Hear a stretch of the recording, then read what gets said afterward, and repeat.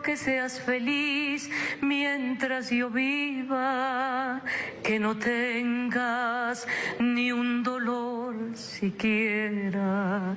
Y yo te daré mi amor para que vivas como una flor en plena primavera, en plena primavera. Paulina de las Mercedes Tamayo Ceballos, revered as La Grande del Ecuador, was a beacon of her nation's soulful traditions, her voice a bridge between the misty Andes and the hearts of millions. Born on April 14, 1965, in the vibrant capital of Quito, Tamayo lived to 60, a life rich in rhythm and resonance until her untimely passing on October 21, 2025. At an age when many artists reflect on legacies etched in gold records, Tamayo's final days were marked by a sudden battle with respiratory failure, a complication that silenced one of Ecuador's most cherished sopranos. Her death, confirmed through her official Instagram and echoed by tributes from family and fans alike, has plunged the cultural landscape into mourning. Yet, in exploring her cause of death, her devoted family, her elegant lifestyle, her cherished home, the poignant details of her funeral and her modest net worth, we uncover not just a performer's story, but a woman's profound journey of love, art, and unyielding spirit. Tamayo's early years were a prelude to stardom, steeped in the theatrical heartbeat of Quito. At just 7, she joined the esteemed company of Don Ernesto Alban, Ecuador's trailblazing actor, spending 12 formative years honing her craft amid the glow of stage lights and the cadence of folk tales. This immersion ignited her passion for Ecuadorian genres like the melancholic pasillo and the jubilant San Juanito, genres she would later champion with a voice described as crystalline and commanding. By her teens, she had transitioned from ensemble roles to solo splendor, debuting professionally in the late 1970s with her first album, Colección de Oro. Over 4 decades, she released 15 albums, each a testament to her fidelity to roots music while subtly weaving in contemporary threads, subtle electronic flourishes and later works that honored tradition without dilution. Her discography reads like a love letter to Ecuador. Hits such as Morena la Ingratitud, a poignant lament of betrayal that became a staple at national festivals, Chamisas, evoking the crackle of rural firesides and familial warmth, and Avicilla, a wistful ballad of youth's fleeting flight. Tamayo toured relentlessly across Latin America, the United States and Canada, sharing stages with luminaries and mentoring emerging talents at Quito's conservatories. Awards followed, multiple Premios Discos Rojos and a 2020 Lifetime Achievement from the Ecuadorian Academy of Music, but she shunned the spotlight's glare, often saying, "I sing for the soul of my people, not the applause." Her lifestyle embodied this humility, a blend of bohemian exploration and domestic serenity, far removed from the extravagance of global pop icons. Rooted deeply in Quito's cultural fabric, Tamayo's days unfolded with the unhurried grace of Andean life. She was an early riser, greeting dawns with strong black coffee and journaling lyrics inspired by the city's volcanic silhouettes. Afternoons might find her in community workshops, teaching young voices the intricacies of requinto guitar plucks or marimba rhythms, her laughter an infectious counterpoint to the lessons. Evenings were for family, impromptu dinners of locro de papa stew or humitas wrapped in corn husks, shared under the stars. A committed vegetarian, she advocated for sustainable Andean agriculture, partnering with cooperatives to promote organic quinoa and indigenous crafts, turning her platform into a vessel for social good. Travel punctuated her routine, flights to Spain for collaborative festivals or retreats to her ancestral finca in Guachapala Valley, where misty peaks fueled songs of heritage and homecoming. Social media offered glimpses, her Instagram, with 343,000 followers, brimmed with sunset hikes in Cajas National Park or candid shots in flowing hupil blouses, accessorized with Otavalo silver filigree. Philanthropy was her quiet passion. She frequented elder care homes like Geriatrico Dulce Hogar, serenading residents with bespoke pasillos, her presence a balm for the forgotten. At the heart of this grounded existence was her cherished home in Quito's La Floresta neighborhood, a colonial gem that mirrored her artistic soul. Valued at approximately $800,000, the 2-story hacienda boasted terracotta tiles, bougainvillea-cloaked patios, and a lush garden sanctuary for late-night rehearsals. Hand-carved wooden beams and Andean tapestries adorned the interiors, while a dedicated home studio, equipped with vintage microphones and folk instruments, hummed with creativity.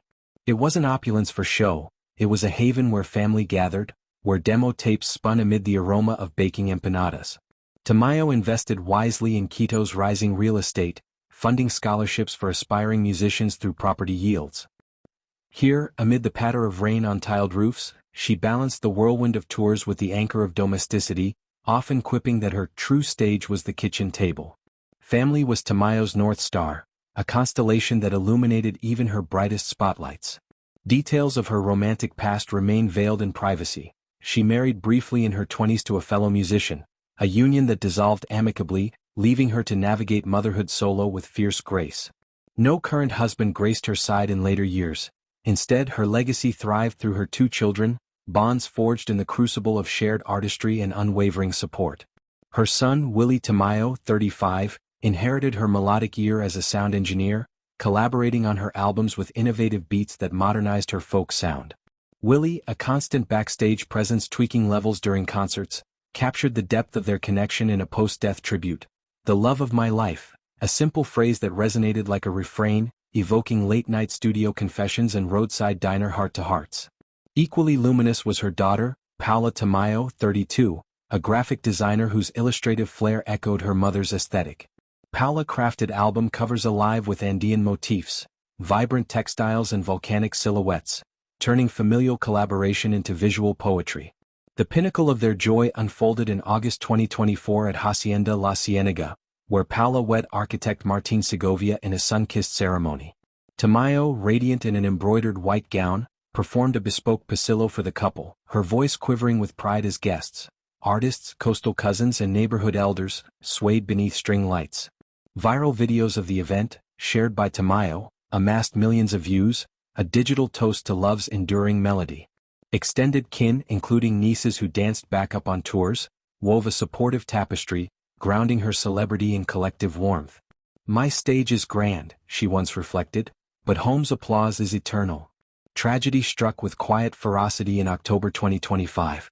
Friends noted fatigue during a Guayaquil tour stop, brushed off as jet lag. By mid-month, a persistent cough escalated to hospitalization in Quito, where respiratory distress spiraled into failure, compounded by cardiac arrest in the early hours of October 21. The swift decline stunned admirers. Her official Instagram broke the news with ethereal restraint. La Grande del Ecuador has joined the eternal chorus. Ecuador's response was a symphony of sorrow, spontaneous sing-alongs in plazas, murals of her likeness blooming on Quito walls. Her funeral, a spectacle of national reverence, unfolded October 21 to 22 at the Teatro Nacional de la Casa de la Cultura, the very stage that had been her second home for over 40 years. The velorio drew hundreds, politicians, fellow musicians and ordinary devotees clutching marigold bouquets and dog-eared concert stubs. The hall, once electric with her performances, now hummed with whispered pasillos as mourners passed her mahogany casket, festooned with requintos and family snapshots. A public mass followed at the soaring Basilica del Voto Nacional, where Archbishop José Luis Chávez offered blessings amid a choir's haunting chamisas. Willie and Paula, arm in arm with Martín, led the procession through Quito's cobblestone streets to Jardin Memorial Cemetery, her eternal vista over the volcanoes she sang of. President Daniel Noboa attended, but the true chorus was the people, a conga line of elders in Paulina's Grandes, youth etching lyrics on theater facades. One mourner murmured, "She wasn't just Ecuador's voice, she was Ecuador."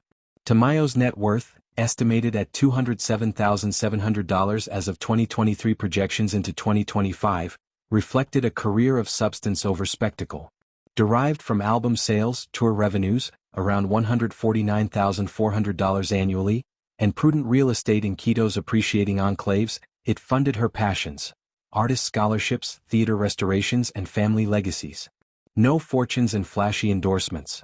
Hers was wealth and preserved traditions, inspired youth and mended spirits through song.